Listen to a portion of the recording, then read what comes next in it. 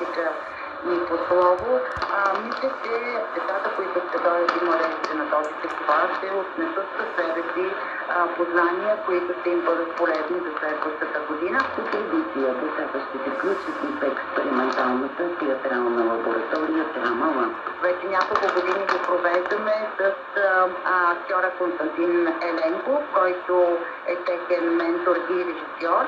Той е известен естествено от прекрасните спектакли на Диана Добрева, Одисей, Софина на Пловдивския театър, заедно с Явор Караджиев, който е музикалният оформител и композитор на тази малка форма Драма Лаб.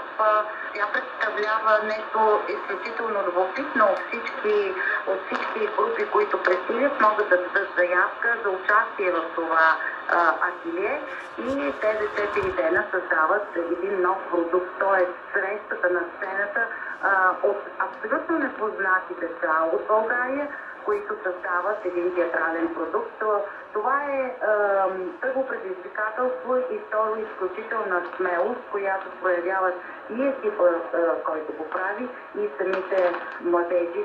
Фестивалът организира и експертни кръгли маси. И експертите на тези кръгли маси, естествено Георги Георгиев Антика, който публиката познава най-вече от Стрек, Авенюсио, той е режисьор, актьор, музикален педагог, изключителен. Заедно с него ще бъде Самуела Ивана Церовска, тя е актриса и участвала още като дете и после като студент на нашия аматьорски фестивал. Днес вече като част от този експертен екип на кръглите маси. Новото име е Мая Бежанска.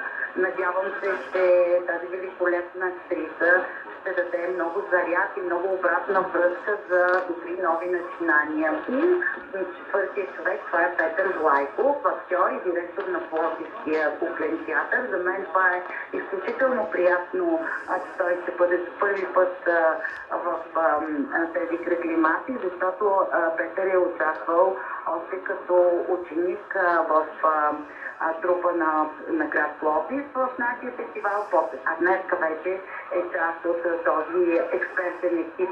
Младежкият театрален фестивал Океан от любов ще продължи до 1 април. Ще организират партньорството и финансовата подкрепа на община Пазарджик, казва директорът на Младежкия дом Нина Церовска. Първото представление започва в 17:30 с